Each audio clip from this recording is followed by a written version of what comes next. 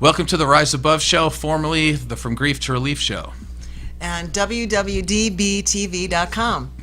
Perfect. I had to work on that a couple times. That's okay. It's one of those tongue twisters. If you say it 3 times, you can really screw it up.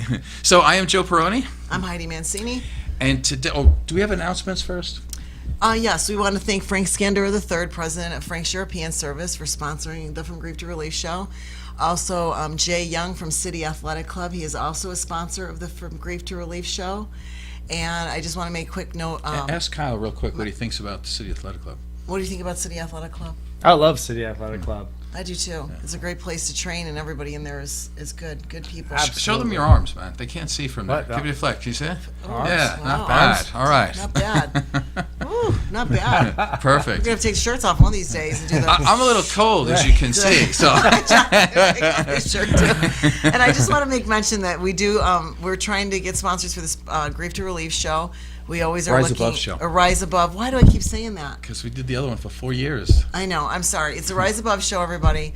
Formerly the From Grief to Relief Show, and we're looking for sponsors, and we help advertise your business on our show through all the social media sites, Facebook, Instagram, Twitter, LinkedIn, and I'll advertise your show on all my social media, and then you help us run our show too, so we can collaborate as business people. So if you're interested in that, contact me.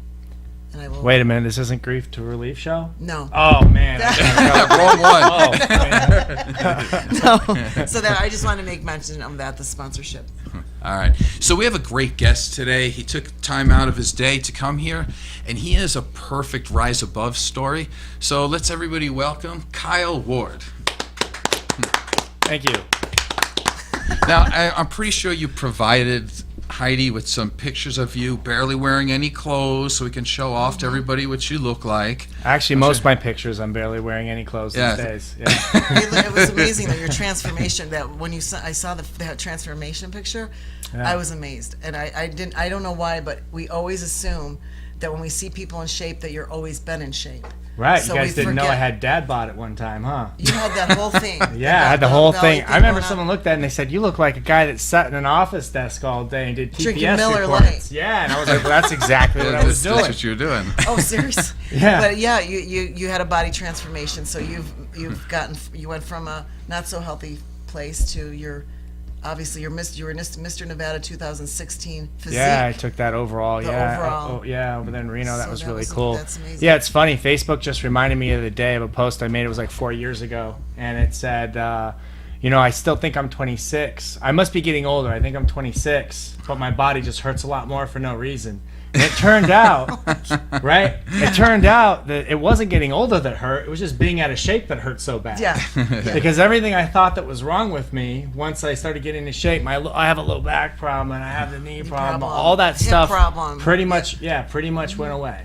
And I can't beat up on myself because I'm older like I did, but all those just chronic nagging things I had now I've corrected. And there's nothing wrong with my back, which is great, That's amazing. So how old are you? 38. 38. Yeah. All right. Yeah. So tell everybody, so you won Mr. Nevada 2016. Right. Tell everybody what that is. It's not a beauty pageant, no. Right? I mean, you're earning this as bodybuilding or... Yeah, bodybuilding. So we have the 3 classes. If people don't know, you have the physique, classic physique, and bodybuilding. I compete in physique, which means I wear board shorts and we look for V-taper and things like that. And there's no real bodybuilding posing. So it's one of the bigger classes though now. I mean, it is. It's very popular. Yeah, bodybuilding. You only get a few people, depending on the show. But still, there's always a sea of physique guys now. Everywhere you go now that classic physique came out, I mean that's kind of changing because people want to pose and things like that. Yeah. Do you see that for yourself in the future or no? I don't know if I'm ready for those leg days. Come on. I always say that. I go, why don't those physique guys train their legs? I train my legs. You train your legs. You're one of the rare guys that have legs. But when I first started, I trained legs twice a week because they were just that lagging when I was getting into shape. Right. And but now I'm back to once a week, and I've thought about it, but just genetically, basically, like I don't have huge legs. And so I would have to, you can beat the genetics, but it takes a whole lot of work. Genetically, I'm kind of just set up for physique. I have a small waist, wide shoulders, So I kind of want to go with what my body's kind of set up to do. You know, That's if smart.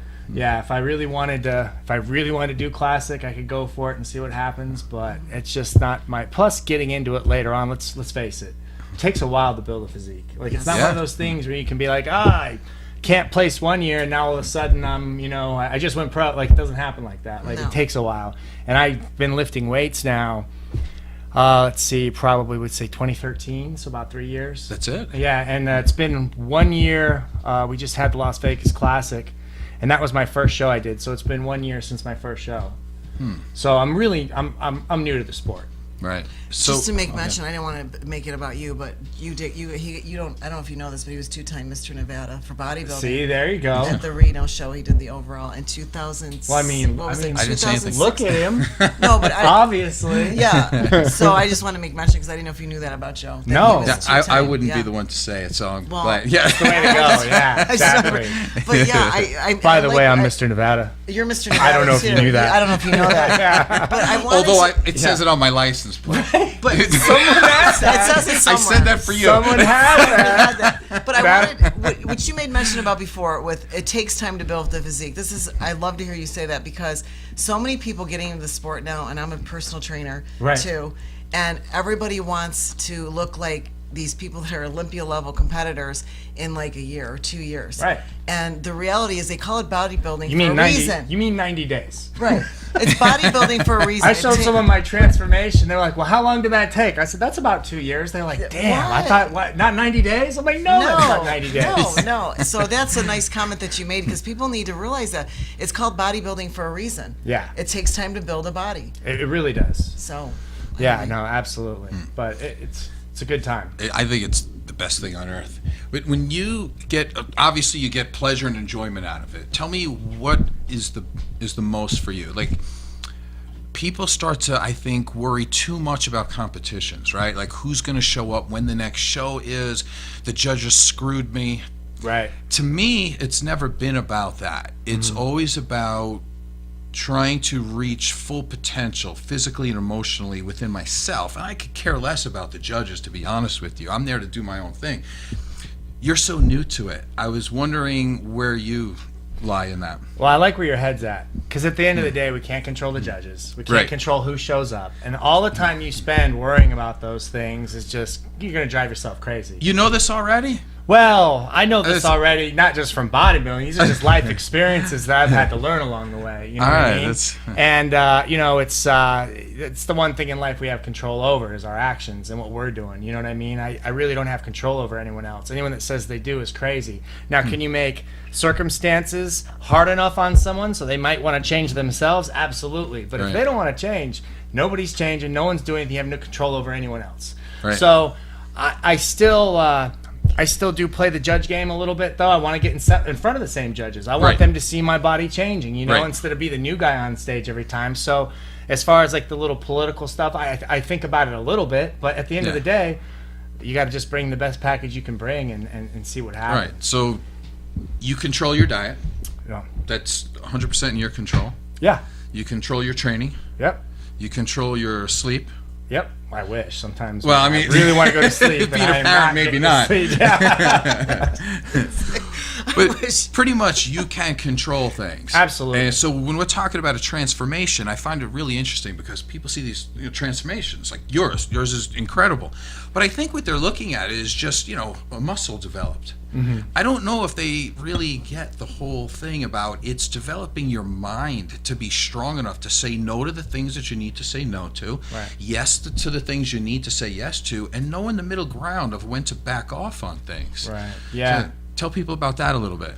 Well, absolutely. It's the discipline that it takes. Yeah. Absolutely. And it's funny because when I make posts about stuff online, they comment on the physical aspect, right? Oh, you're right. I should do what you do. I should work on my biceps, or I should do something like that, right? And it's really not. I mean, that's all part of it. But actually, what it takes to get that is something like what you were talking about. Right. And it takes that mental discipline to keep going and doing it and saying no. And it's funny because it does translate over. Because the way I look at it, when you're getting ready for a show, I'm giving up a little something that I want right now, like dessert, for a better payoff down the road, something that I really want, something that I can Right. really have. Because you know what? I never look back and say, man, I wish I had 3 more desserts over the last month. That's never happened. But I wish. going and doing well on a show, man, I get to have Yeah. that. I get the medal, I get the thing, I get the experience, I get to talk about it. So it's all about what you're willing to trade for. And a lot of times I see people that aren't willing to make those small changes. And, Right.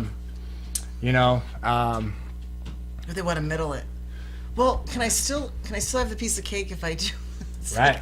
like- I remember I was talking to one of the old time bodybuilders about that, and she said the same thing. She said, so my plan was I would just eat more calories, but then I'd do the cardio to match it. And I was like, well, what happened? She goes, I burned off all my muscle. I looked horrible. It didn't work. That's Yeah. what will happen. Well, Yeah, that's it didn't work. And we've all done that. Like I did the same thing one year. I was training with Diana Dennis, and she came up to me and she goes, I know what you're doing. That's who said it. I know what you're Yeah. doing. She said it? She's the one that said it. She I remember that she goes, I know story. what you're- Diana Dennis She goes, I know what you're experience. doing. She goes, you think you can eat that candy and you're going to go in and doing the hour cardio and it's going to, she goes, it doesn't work. I already did it. She already She's tried already it. done it. She goes, I've Doesn't tried all work. the tricks. They don't work. So she goes, just stick to your Yeah. diet. Yeah. And that's it. And in the off season too, it's important to stick to a good eating plan too, because a lot of athletes in the off season will go crazy on their diets. They'll gain Right. 30 pounds and then you got to diet all that crap off. So No, absolutely. It makes it much tougher to get on stage the next time. Yeah, Oh, you're yeah. definitely going back. And I mean, you get a lot of people that it's just like a bucket list thing. They want to go and do it once, and then people that want to do it a few times and things like that. And I mean, you guys are trainers. It's good for business. I mean, really, like people want to see when your body changes like that. It inspires people. And as trainers, that's one of our things. I mean, it's not just lifting weights, but it's that inspiration that comes along with it. You know what I mean?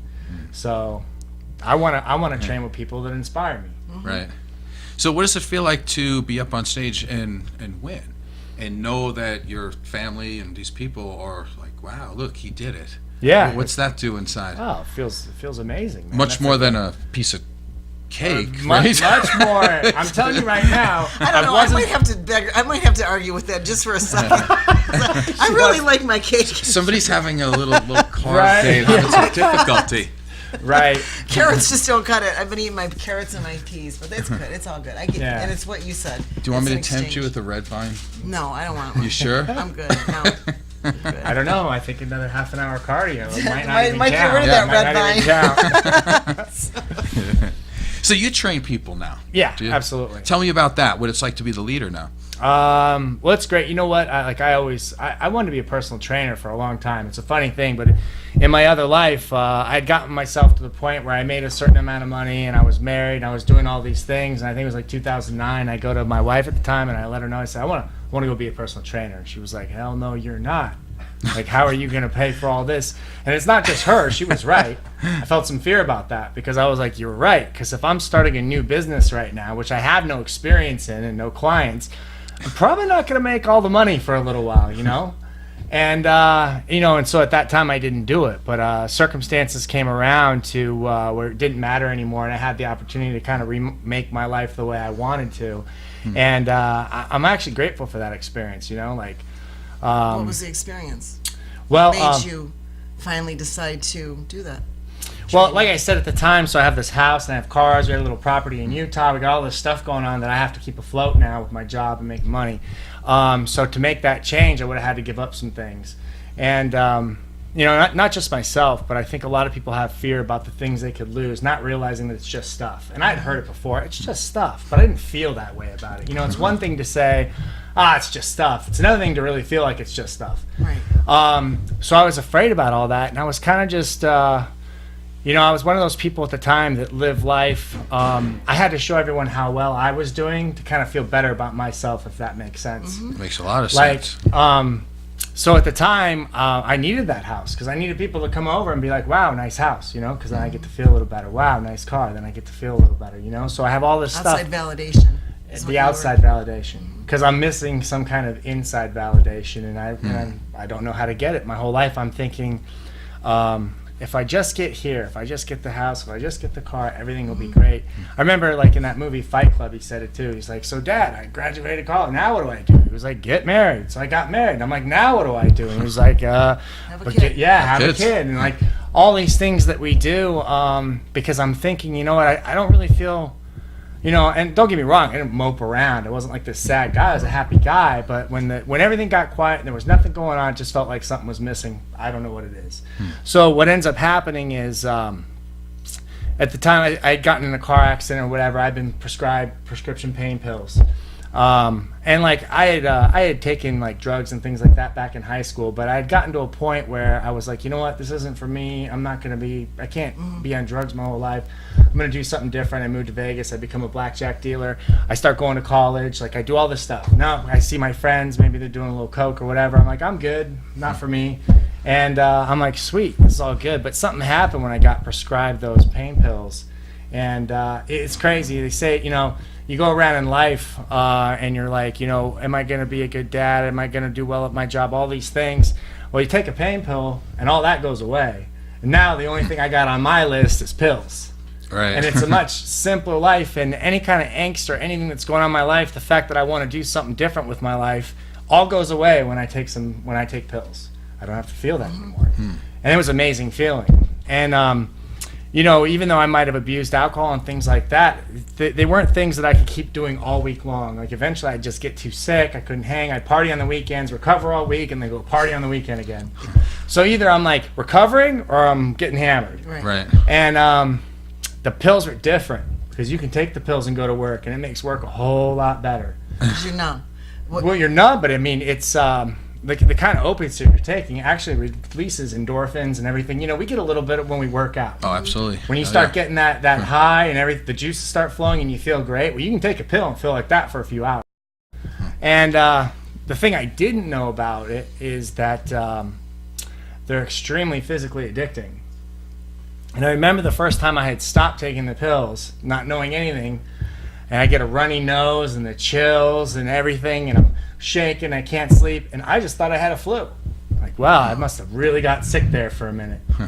And I had no idea. Now, don't get me wrong, once I had started taking it and I figured out what was going on, my whole idea was, well, it just sounds like a problem if I run out. So if I can find a way not to run out anymore, I'll be fine. So it was a lack of drugs problem. Yeah. That's what I thought the problem was. Absolutely. It's not that I have a pill problem. It's that I run out of pills. That's what the problem is. So we got to fix this, and everything's going to be great. And so I get a pain management doctor, and man, I'd walk out of there with a stack of prescriptions, and it was like Christmas once a month, and I'd go fill everything up, and that's one of the ways I get to that before picture. Because man, sugar tastes great when you're taking, some Xanax and you're taking some OxyContin or whatever. And you're sitting there eating. And how are you getting that much from a real doctor? Because pain management doctors can see the mistake people make that are trying to get in pills is they go to a general practitioner and they're like, give me some Percocet, and the guy writes them 20, and then they're like, oh. Pain management doctor can write you up to whatever the limit might be, which could be 180 Percocet, it can be 60 Xanax, Wow. It can be tons. How did you prove the need, though? I went in there and told them that I was hurting, and That's at the it? time I That's wasn't. it? Yeah, and at the time I wasn't lying. I ran out of pills. I was hurting. Oh God, that's bad. Yeah. Don't say the doctor's name. No, I do remember that doctor's name though, but I won't. Does he or she still have a license? Absolutely. Wow. He switched over more into prescribing like things like Suboxone and things like that to help people get off pain pills. Because I mean, let's face it, if you're a pain management doctor, your job isn't to fix the real problem for the pain; it's to prescribe pain management. Right. Pain management is for people where you're like, well, there's no fixing you, and you're going to be in pain for the rest of your life. The problem is, and I've looked at the research on this, is that opiate painkillers are good short term. I get a tooth pulled out and I take them for 2-3 days, help me with the pain, and then I stop. They're not good long term because your body builds up the tolerance. So no matter who you are, legitimate pain, no pain, whatever, if you're taking these pills, there's going to be a point where they don't work anymore, and now you're going to need more. So then they give you more, and before you know it, you're on such a massive dose of this stuff, you couldn't get off if you wanted to. Right. So that's where I found myself, and so eventually people started telling me, like, you got a problem, and things would happen, like, and I would like maybe lose a job and get kicked out of the house for a little while, but then I'd get back in the house and I'd get even a better job, or something would happen, I'd get my job back. And like when you don't really want to quit something, like I wanted to quit only because I was in trouble, And once all the trouble went away, I'm like, well, let's Gotcha. go back to doing what I was doing, you know? Yeah. It was just the consequences. And so once everything got better, you know, I wasn't really worried about it too much.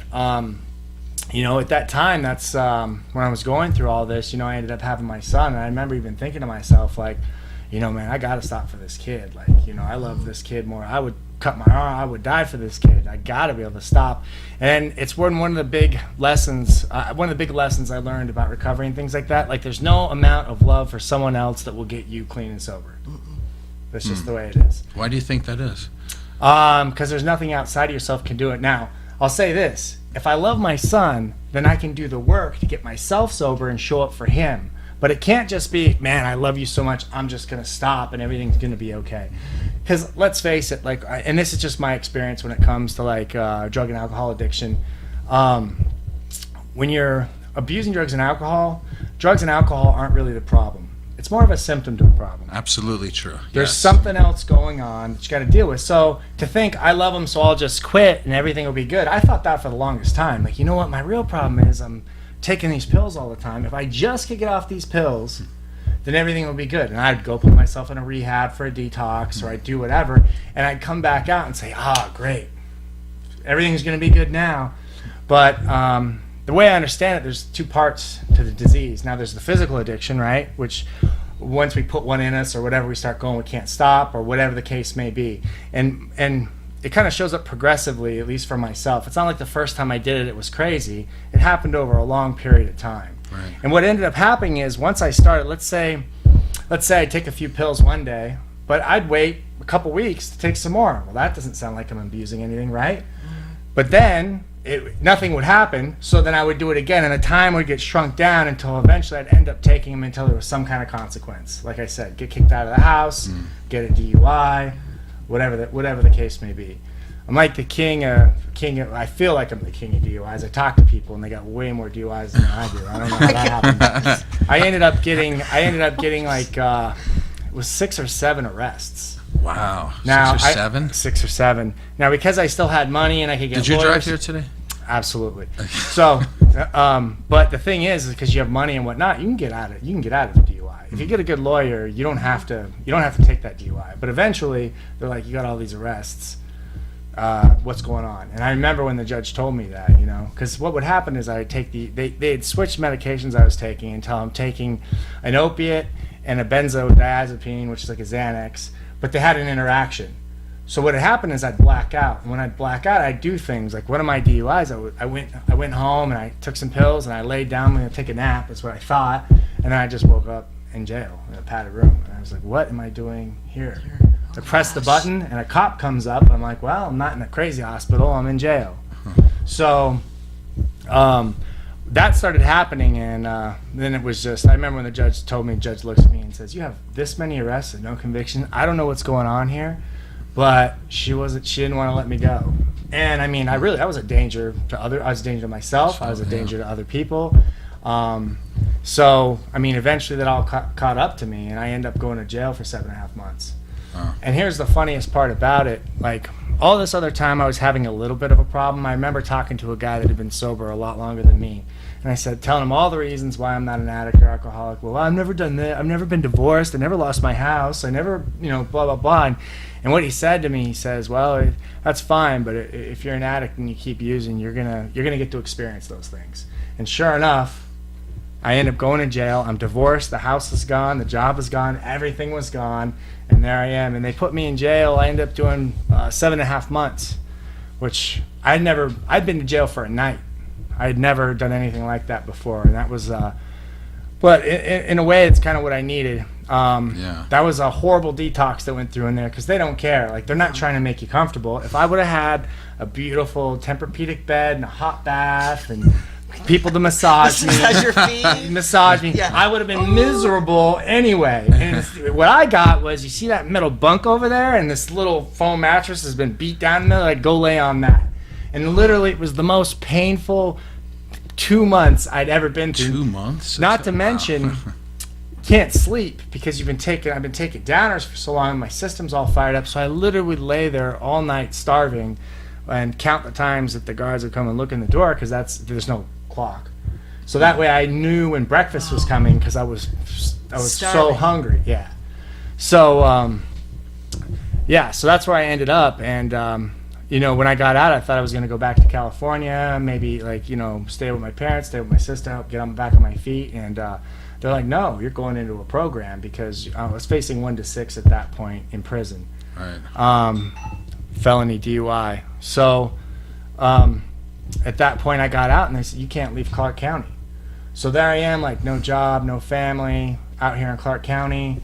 And lucky enough, my ex-wife's mom let me stay the night at her house one night, and I went down. I never had done anything with social services before in my life, but I went down and got a rent voucher, and I got food stamps, which got me into a halfway house, and that's where I started to do all this. So when you started to know that you had a problem, it's kind of the way we phrase it in this country, right? Like, we say, okay, this person had a drug problem, or this is AA, Alcoholics Anonymous. But let's get to it.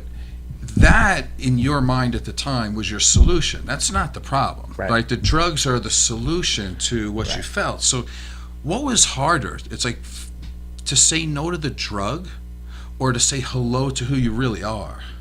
Well, I would say both. First, you got to stop. See, here's the thing. If I can't get off the drugs or the alcohol, I can't even say hello to who I really am. I'm freaking lost, right? Right. Okay. First thing I got to do. So that's the physical part.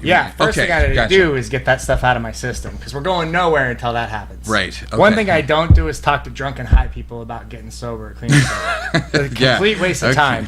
Go talk to the wall to get more of a result. Yeah. Right. Complete waste of time. That makes sense. So, so once I get all that out of my system, then I got to take a look at myself. And it's funny, because it's not even really the work of taking a look at yourself, it's just the fear.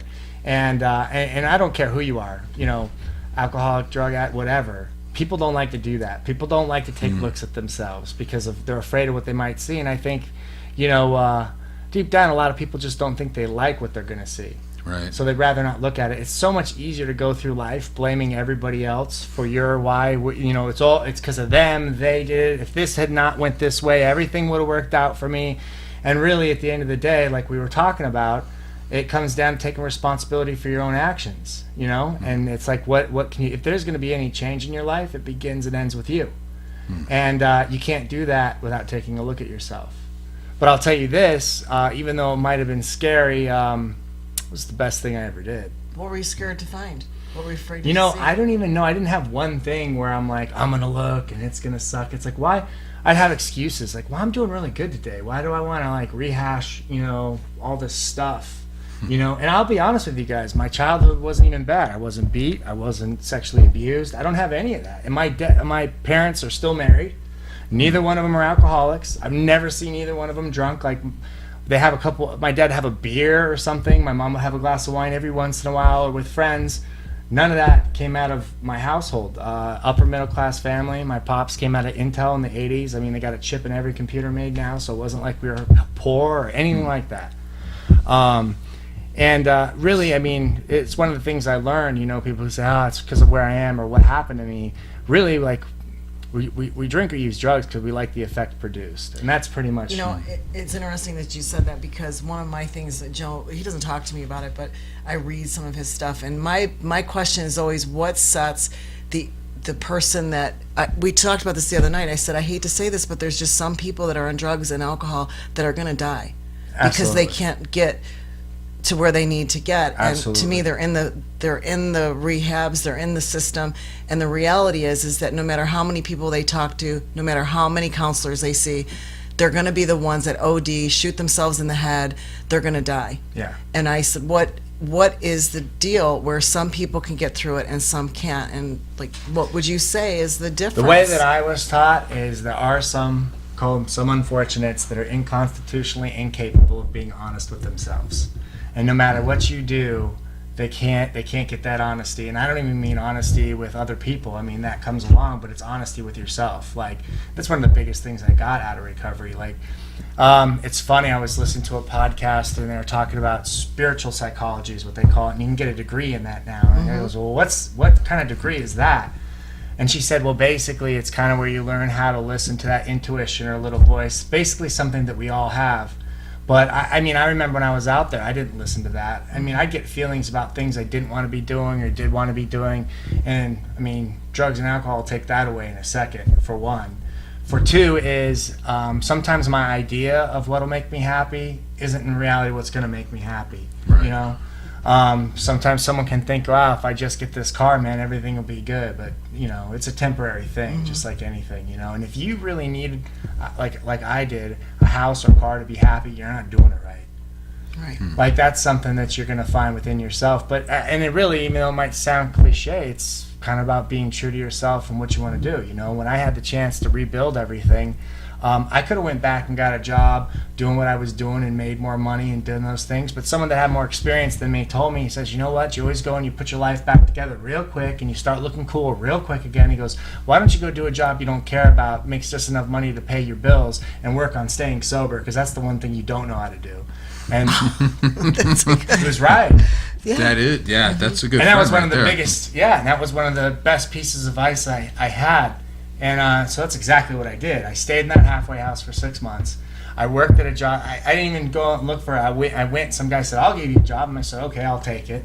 And, you know, it was even in a field that I had a lot more experience. So I helped them out a little, but my big thing was not to try to go and take over the company. It was just to do my job and work on recovery. And that's exactly what I did. And when you do something like that, you build a really good foundation. And everyone's always talking about how good your foundation is to build and everything. And that was the first time I'd ever done anything like that, like where I was just like, you know what? And I got to be honest, one of the reasons was I was just scared at that point. Like, some guy told me that I would end up in jail with no habit, blah, blah, and I didn't believe him, right? And then that's exactly what happened.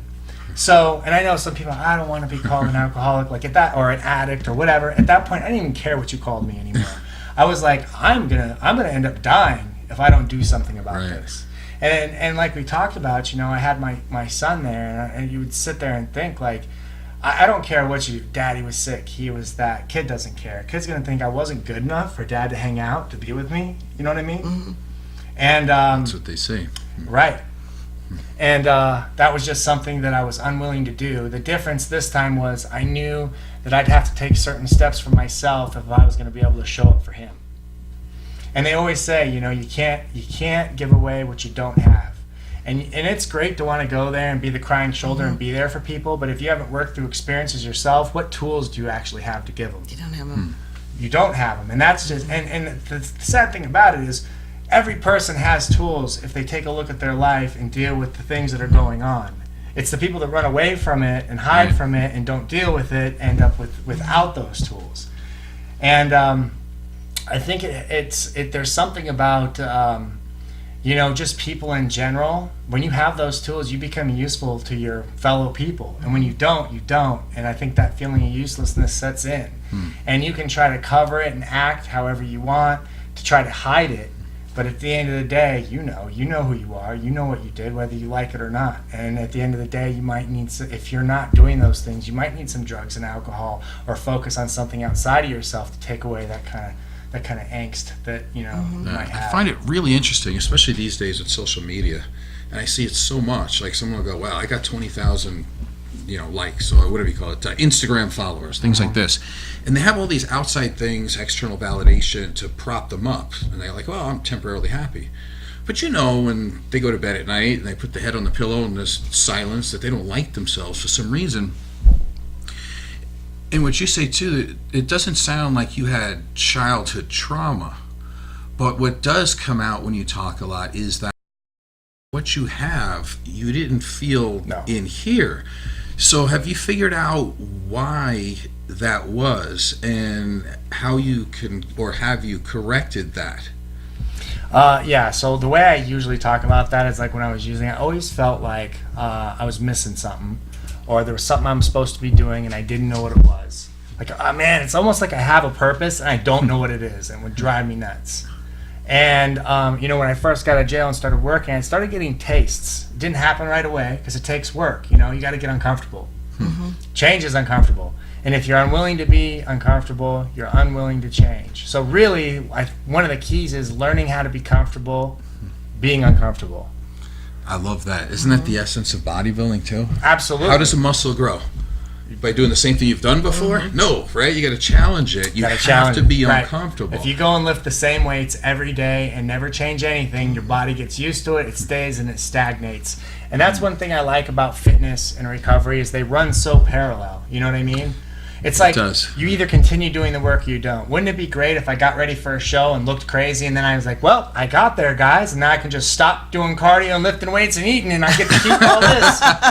That would be awesome. Wouldn't it? But people take that attitude with growing in life and recovery as well. They get to a certain point and, well, I haven't done those behaviors, and we'll just call them behaviors because it doesn't have to be drugs or alcohol. Everyone's got behaviors that they don't like that affect them negatively, and either they want to look at them and change them or they don't. So they get to that point and they say, great, I did it, I'm not doing that behavior, and then they stop the growth process.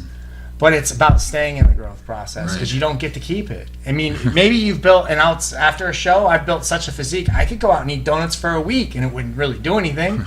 But if I keep doing that and keep doing that, eventually I'll have that dad bod that I had that you guys see in that picture again, and I'll be back, and I'll be right back there.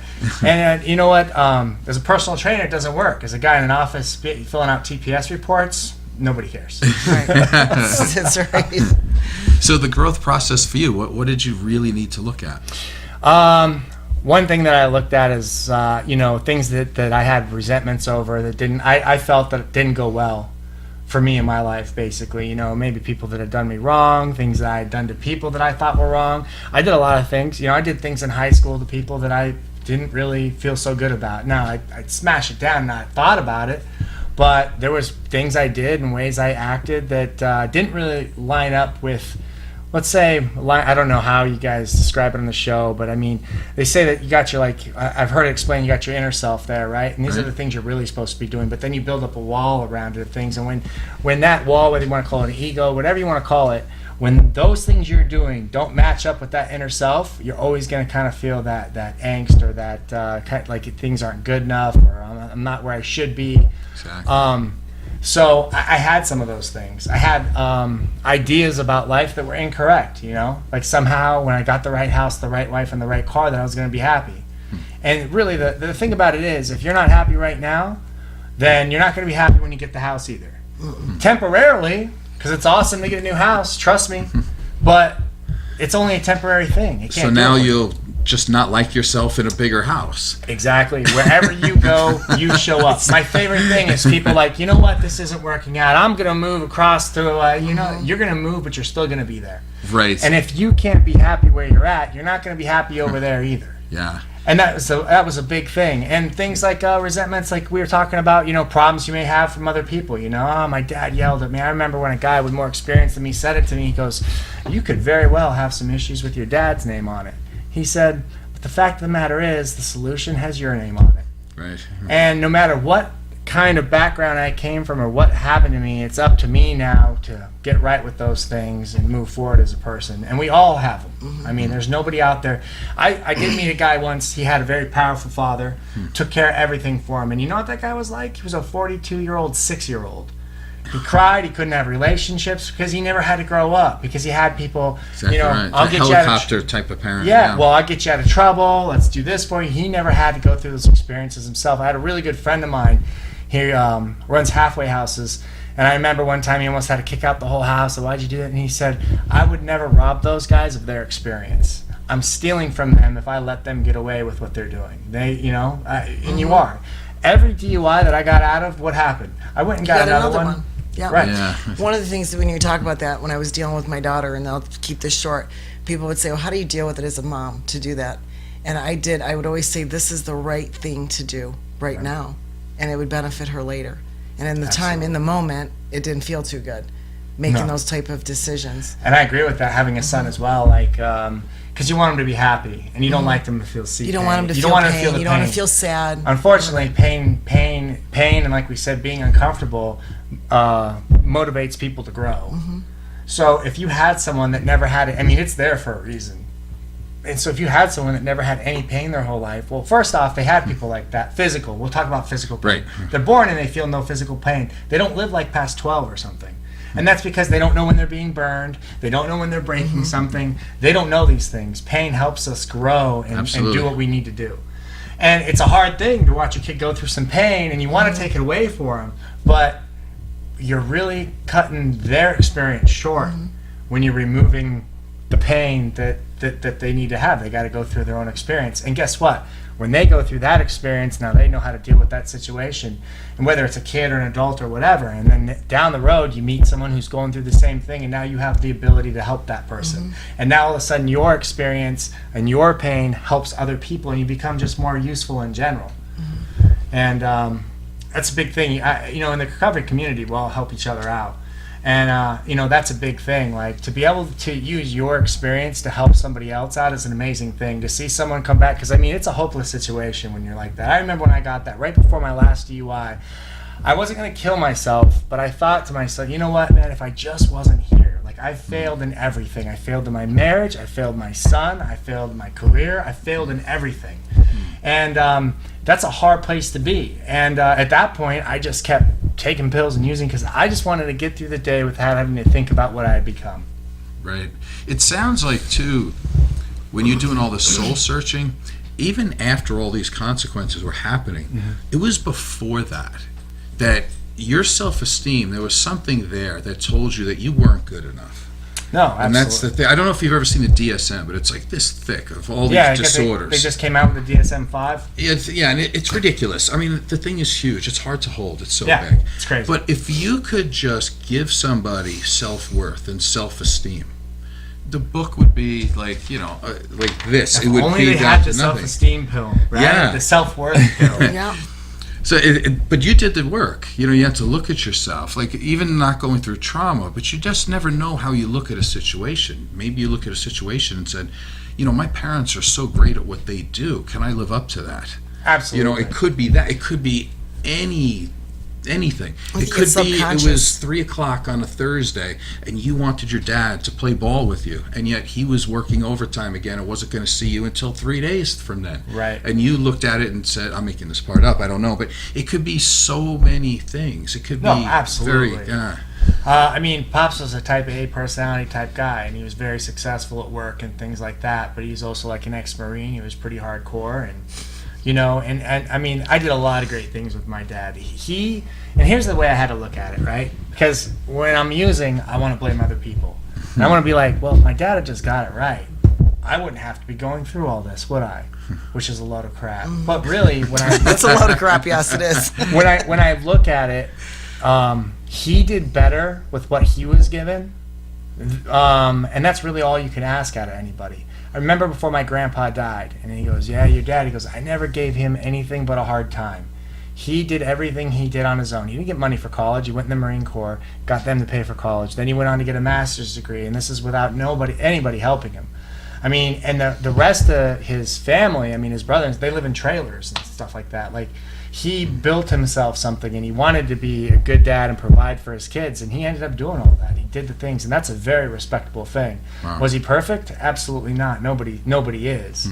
But you know what? I can take the good things that I've learned from that, but I can also take the pieces that were missing, and that's what Right. I get to give my son today, you know? And that's really, if we could do it that way, that's the way we'd all want to do it. You know, you can only do the best with what you've been given. Right. And I love it. I saw a saying, and they said, you know, it's not really your fault when you don't know better, but when you know better, then you got to do better. Exactly. And eventually, like, I knew better, and I knew that wasn't the way to act. I knew it wasn't the way to do those things. And maybe it was someone giving me less of a self-esteem, but it was also myself. Because, you know, at the end of the day, like, it's all our own story, right? Right. And whether you like it or not, you're the hero of your story. And when you can't look at your story and be proud about yourself and the things you've done, that's a tough place to be. And I mean, it was happening even before, you know. I remember at an early age, I learned that, you know, I could lie and get what I wanted a lot quicker than telling the truth. And I remember when my mom told me, she said, "Kyle," I got one of those moms that never lies. "Kyle, don't lie." Why not? Why wouldn't I? I could lie and I can just get what I want. And these are things that I just learned as a kid. Well, it doesn't work that way. You don't get to go through your life being a liar and feeling good about yourself. You know why? I think at the end of the day, you truly do know you didn't work for those things you had. You didn't earn those things. You're shady, you know. You pulled moves. You pulled moves. Yeah. And some people are even happy about that. But those people always because I mean, I was in sales before all this happened, and the kind of ego and stuff that it takes. These guys make tons of money, man. But the drug and alcohol problems that these people had were So inside, they're not feeling It's good an about inside their job. job. No. It's Yeah. No, they're not. So tell me about forgiveness. In other words, if you feel that somebody, you have resentments over things, Yeah. whether real or kind of imagined in your head Whatever. that somebody did something, we kind of have to forgive that to Totally. move on. Absolutely. And then I want to move into, tell me about your son. Like, if we Absolutely. believe in forgiveness, we have to really have faith that our children can forgive us too. Yeah, absolutely. Now, one of the ways I feel about the son, I mean, I'm lucky. He was 3 years old when all this was going down. Like, he's never, even though he saw it maybe when he was little, I came out of jail when he was 3 years old. Even when they came to bring him on the phone, he didn't know what was going on. Trying to get a 3-year-old to sit there on the phone, he didn't know. So today, I mean, he just knows me as who I am today. And it's really cool too, because all the things that happened, the custody that didn't go my way, obviously, and things like that. It leaves you wondering. Like, when I got out of jail, I won't lie to you guys, he didn't call me dad anymore. What they had done is she had gotten remarried. She had told him that's dad. So he calls the new guy dad and calls me Kyle. And I'll tell you, that was like a knife in my heart when I first saw that. And so I want to go crazy, right? I want to call her up. How would you do this to me? Blah, blah, blah. Everyone else's fault again, right? It's not my fault for doing the things I did and putting myself here, right? I gave her the opportunity to be able to do those things, And don't get me wrong, she's not a bad person. This is just kind of the way it went. But I remember, and so I called a friend that I had in recovery, and I said, I said, my son doesn't even call me dad anymore. And you know what he said to me? He said, listen, and I want to call her up. I want to tell her, he says, you're not going to do any of that. One of the biggest things I've learned in recovery is the pause, right? When agitated, pause. There you go. Because the thing is Respond appropriately. Don't react. right, because a lot of what happens to me in life is my reaction to things. And it's how I deal with things and those choices. Now, when I'm just reacting without thinking, I'm not really choosing what I want to do. I'm not creating my life. I'm just reacting in anger. So that pause, and it's funny, they said as you get more of a connection with whatever, that intuition, that voice, you'll intuitively know how to handle situations that used to baffle you. Right. And so I call him up, and I'm about to go crazy. I'm in this halfway house, and I'm about to break it apart. It's much easier to wreck someone else's furniture than your own. So I was like getting ready to go crazy. And he says, you're not going to do any of that. What you're going to do is he says, you're going to show up as dad. And I promise you, your son will know who his dad is. And I can still remember, it went on this way for months, man. I'm showing up, and I'm playing with him, and I'm showing patience and tolerance, and he calls me Kyle, and it hurts, and I'm like, you know what, let's just keep going. And I still remember the day we were sitting there in the little playground thing, and he says, I'm going to run across here, and I'm going to call you over to me. And he runs across there, and he yells, Daddy. And that was like one of the first times where I was just like, man, all this stuff these people have been telling me about recovery and staying sober actually does work. Mm-hmm. It really does work. And at that time, I thought, if this is as good as it gets, man, I'm here. But I would have been selling myself short, because I stay in the process and it just gets better and better. I mean, he wanted to be a fireman because new daddy's a fireman, right? So he wants to be a fireman. That's okay. Fireman's a good, he's just a kid. He doesn't know. But I'll tell you what, when I took that overall and I showed up at the house with a sword, when a kid's 5 years old, man, there's nothing He's like, cooler than a sword. He looked at, I have the video, man. He looked at that and he was like, they gave that to you? I was like, yeah, they gave it to me. He's like, can I hold it? Of course you can hold it. He picks it up and it's heavy. He wants to be a workout guy now. And, yeah, it's an amazing thing. What you were saying about forgiveness, though, that was one of the best parts of the process for me. Because that's what happens. I go around and I start making amends. Do we got to... We're still good, right? Go ahead. Oh, yeah. about a minute. And a lot of people, it's funny, people get into recovery and they say, I got to go say sorry to everybody that I've ever, you know what I mean? And it's like, man, you're not even saying sorry for them. You're not saying sorry. Let me correct that. Like, making amends is not just going in, I'm sorry. Because when I was out there using, I said sorry a lot, and it didn't mean shit. What it means is I've made changes. So if I'm going to go say sorry for my addiction, I want to do it at a point where I'm actually doing something different. You know what I mean? Mm-hmm. And we call those living amends. Like that person that hurt you and did those things, I'm not that I don't act like that person anymore. And then I can go and make amends. If I owe you money, I'll pay you money. But it's not just saying sorry. It's saying I realize what I've done, and I'm willing to do whatever it takes to make this right between us. So it's a real sorry then that you've made the changes. The changes, and I'm willing to do whatever it takes. If I owe you money, I'll pay back the money. If I owe you whatever it is, I've heard guys, I stole their car, I had to give them the money for the car. Like, People did things. I wasn't like a big thief. I had a doctor's and I had a job. Like, I wasn't this big thief. Like, I never went there. But I mean, it really doesn't make a difference. When you're out there, everyone that's connected to somebody that's an addict or alcoholic, you're getting hurt. You're going to cause some pain for sure. And it's funny because people don't want to let people know, I had a problem at one time or whatever. And it's like, man, today almost everybody knows somebody. Oh, yeah. We're all affected by this thing. So that's why I'll come and talk about my story, because of the change made, and also maybe someone out there is suffering, and let them know, man, there's definitely hope. It can be done. If you don't want to live that way anymore, you don't have to. There's answers, and there's people that will absolutely help you. And if you're really ready to make a change, you definitely can. And as we finish, the big question that I have, because I see you most every day, and I consider us to be friends, I want to know, deep down inside, do you feel lovable, and do you feel worthy to accept all these good things that can come to you? I do, and I was saying that before. I told you how I always felt like there was a purpose I wasn't getting, something missing. Today in recovery, man, when I'm really doing the deal, I get the it's like a blessing of getting to feel like I'm exactly who I'm supposed to be, doing exactly what I'm supposed to be doing, right when I'm exactly supposed to be doing. I love hearing the 3 questions, and it says, where am I right now? Where am I right here? What time is it right now? Who am I this moment? And really, when it comes down to making a change, man, it's those little moments that count. I could have done everything wrong up to this point, but in this moment, if I decide to do the right thing, and that's it, I've made that break, I've made that change, I'm on my way to doing someone new. And it takes time for other people to see that change sometimes, but when you get in that process, man, they'll come around, and there's nothing better. And like I was saying, watching someone that suffers, the lights come on again is an amazing thing. So not only have I gone through all these terrible things, but now I use these terrible things to help other people. And like I said, when you see that person light up, it's amazing. But we got to remember too what else is going on. I said all the people that are affected. And every time we have an addict or alcoholic that gets it, and the hope comes back, there's a mother getting her son back, a dad getting a brother, his son back, or even like my son, a little boy getting his dad back. Yeah. And that's an amazing process. That's awesome. So I want to thank you for coming here. Yeah, absolutely. It takes a lot of courage, honesty, and all that. Your Rise Above story, I mean, it is. It's great. I'm glad I see you every day, man. You're a good guy, and you've got a lot of friends. Did you know that?